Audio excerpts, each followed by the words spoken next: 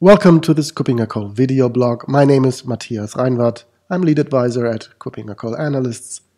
I want to talk to you about the myths and the value of artificial intelligence when it comes to its use in a business context.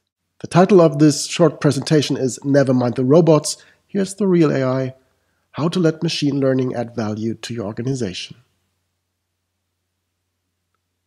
Why never mind the robots? There is an image that is closely connected to the term artificial intelligence and machine learning, and that is, of course, the picture of robots. So in the media, in the software industry, in the press, every time when artificial intelligence or machine learning is mentioned, it is always illustrated with a picture like that one. That is, of course, coined by visionaries and futurists that raise expectations that cannot be met today and might not even be met any time at all. Software vendors are using this terminology to describe the capabilities of their software, and we can think of that often as just some vendor-induced hype. Because products and services need to have some AI in their description, in their feature list, just to make sure that it has this image of intelligence and machine learning built in. So you need to have some AI built in. And when it comes to the common perception in the public of artificial intelligence and machine learning, then this is often considered to be something that is sci-fi-like miracle technology, often with a negative connotation that it's dangerous but powerful, a threat to our jobs, and of course out of control. A bit of terminology to start with. General AI. Of course, again here, a robot again. What is general AI? General AI is, when we come to the definition in the literature, it's the ability of a machine to intuitively react to situations that it has not been trained to handle in an intelligent way, in a human way. That is the notion of general AI, so really a system that acts like described. And the main characteristic of general AI is it does not exist. On the other hand, the public is interested in having AI, even if it is not AI. End users love artificial intelligence, and here are some examples. The natural language processing of Alexa, the recommendation system of Spotify, translation provided by DeepL, picture recognition in Google search, intelligent automation. There are lots of mechanisms in place where AI and machine learning already have shown their value, and end users love AI. The senior management levels in organizations love machine learning because it is perceived as the strategic technology which is capable of improving existing operations and even of opening new lines of business, whether this is true or not. So the CXOs love machine learning, and AI sells many products, as mentioned, have machine learning and AI in their names or specs. And this comes with the notion of efficiency and intelligence, which even leads to pseudo-AI or fake AI. So this now with AI label often conceals a high proportion of conventional technologies such as pattern recognition, analytics, and statistics, which are really capable, but are not AI, especially when it's just an AI rebrand. There are many products and services around which are entitled AI, but aren't. And if you look to the left, these are not robots, these are bottles. So we're talking about a hype. And two popular examples when it comes to the use of AI in air quotes, real-life environments are the two given ones. The first is AI-driven intellectual property management. But this is a very good example where AI is not yet in the position to actually implement something like that, because fields that rely on IP protections could influence the algorithm designs to favor certain innovations. And public actors could increase the threshold to receiving IP protection to destabilize the monopolistic control that patents assure. So, although this is an example that is often mentioned, it is not really in existence. And the same is true for autonomous vehicles. Many organizations are working on that, but we must go far beyond the car. The road infrastructure would need to be equipped with a more complete network of IoT sensors to provide enough data to operate safely, and that is just not the case. And we are still talking about ethics here. So the legal responsibility, the ethical responsibility of programmers, manufacturers, IoT device networks, and passengers would need to be clearly defined. And as long as this is not the case, we are just not yet there. So these two examples, often used to describe the bright new future of AI and machine learning, is just not yet there. But that does not mean that there is no value. What we like to think of is the so-called cognitive enterprise.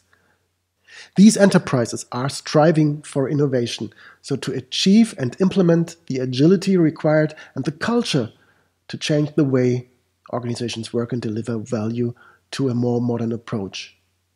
We have a bunch of technologies around that can be used, with AI and machine learning being two of them, but not all of them. So there's blockchain, there's virtual reality, there's augmented reality, of course the Internet of Things, new telecommunications networks, and for example 3D printing, and this list of course is not complete. These cognitive enterprises are implementing their systems in hybrid infrastructure, and this means that they are moving from on-premises traditional data centers towards the cloud and provide hybrid, secure, scalable, and standardized environments between multi-clouds and on-premises. Of course, data is one of the core aspects to consider. It's open data, it's public data, it's subscribed data, it's your own enterprise proprietary data, preprocessed data, structured and unstructured, heterogeneous data. All of this is fueling this cognitive enterprise, and that all needs to applications, to platforms, to systems available via application programming interfaces, APIs. And these applications are legacy, they are adaptive, they are cloud native, they are just accessible via APIs. And all these building blocks together form something that we consider to be the cognitive enterprise, an enterprise that is capable of using these new technologies and combine all these 6 aspects into one. We have learned that AI in its pure form, general AI, is not yet there. So what is different when AI then really works? Here's the real AI, and that is machine learning. When we want to talk about actual value that AI can provide to a business, it's usually narrow AI, trained AI, machine learning. So it's codified experience, codified through training. And that process enables programs to independently complete a task that it has been trained to do. You need to have the right task, so it needs to be applicable, so that you address specific repetitive tasks that aggregate complex data. That is where machine learning really can show its value. And value is the desired effects, the business value.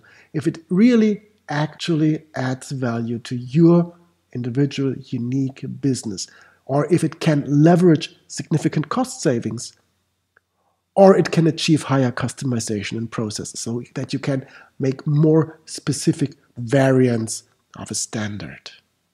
So what are characteristics of successful AI use cases? They are successful when they have access to historical data through training for reference as part of the improvement.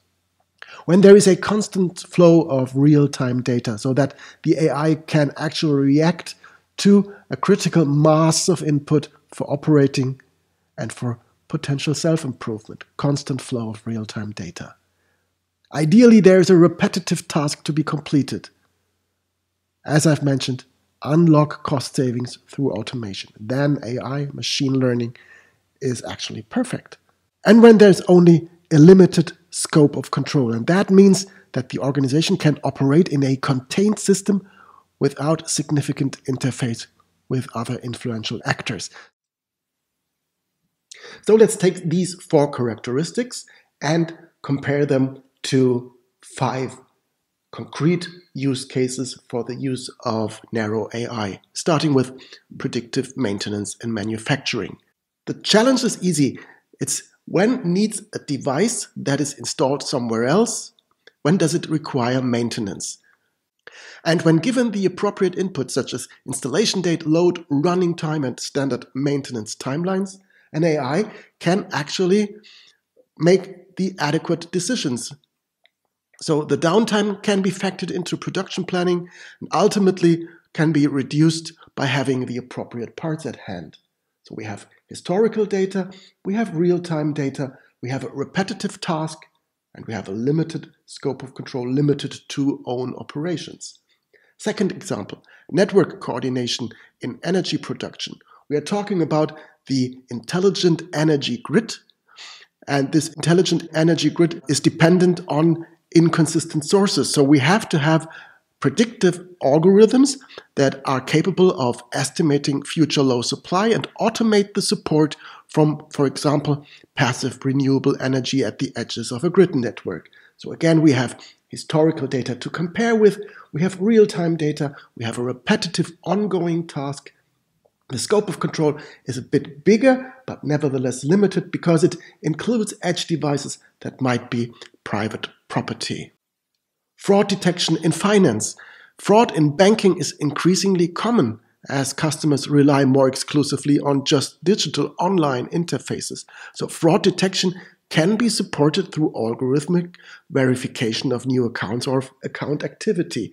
That again leverages historical data to identify the wanted from the unwanted. It uses real-time data to compare to historical data.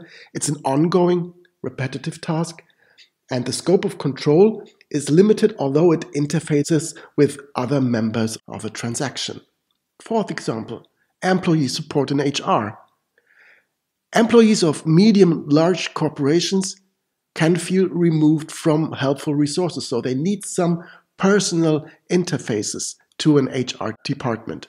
If employees do not properly understand their benefits and repeatedly need help to take advantage of their opportunities, an AI and an AI conversational interface can be of help here. So it can be used to improve the accessibility to information about benefits, about sick leave rights and special policies without having to track down the appropriate party and individual file. So again, we have, of course, historical data here. We have real-time data of the employees interacting with an HR department or the conversational interface.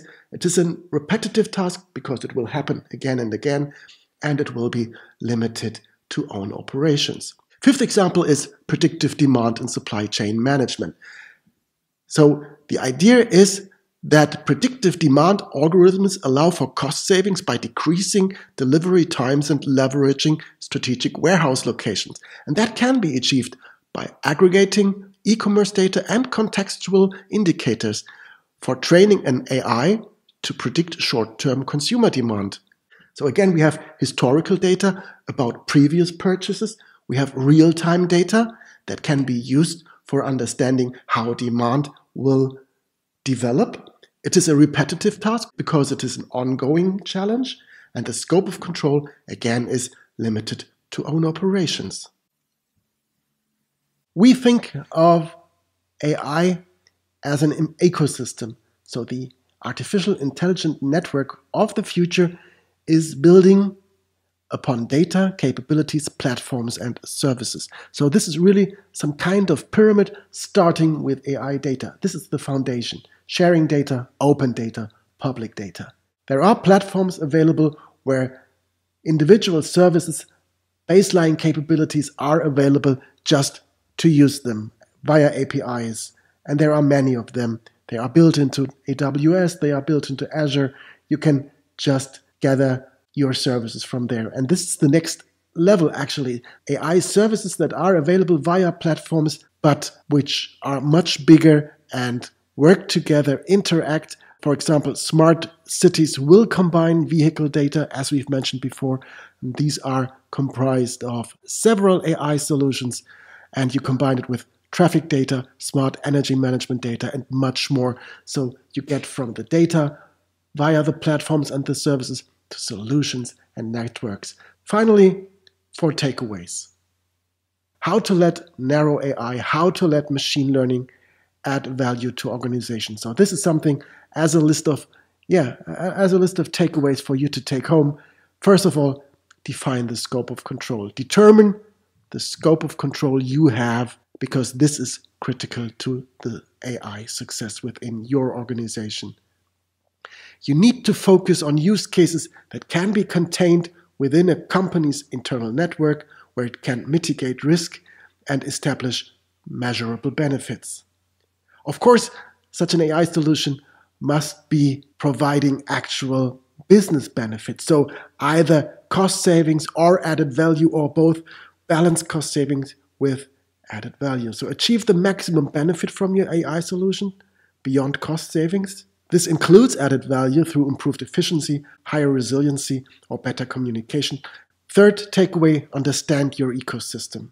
This is again the data aspect. So if you collect more varied data from more sources, that will bring the company into contact with other actors. For example, sensors data from machines, customer information, chatbot conversations. Understand your ecosystem and where AI actually makes sense. Where is the data that you can use to benefit from?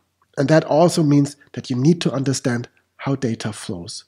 Make sure that you are prepared with adequate data management strategies, that you understand how your data flows, because this is important for the success of AI solutions in your business environment. And data flows, just as a final thought here, is increasingly concerned with data privacy, with the protection of personal data, but also with the protection of intellectual property, your customer data, your consumer data. Make sure that understanding how data flows also means what kind of data it is and how it needs to be protected when it comes to new use cases within AI. Thank you for your time, for listening to this presentation. I hope this was valuable to you. Thank you very much.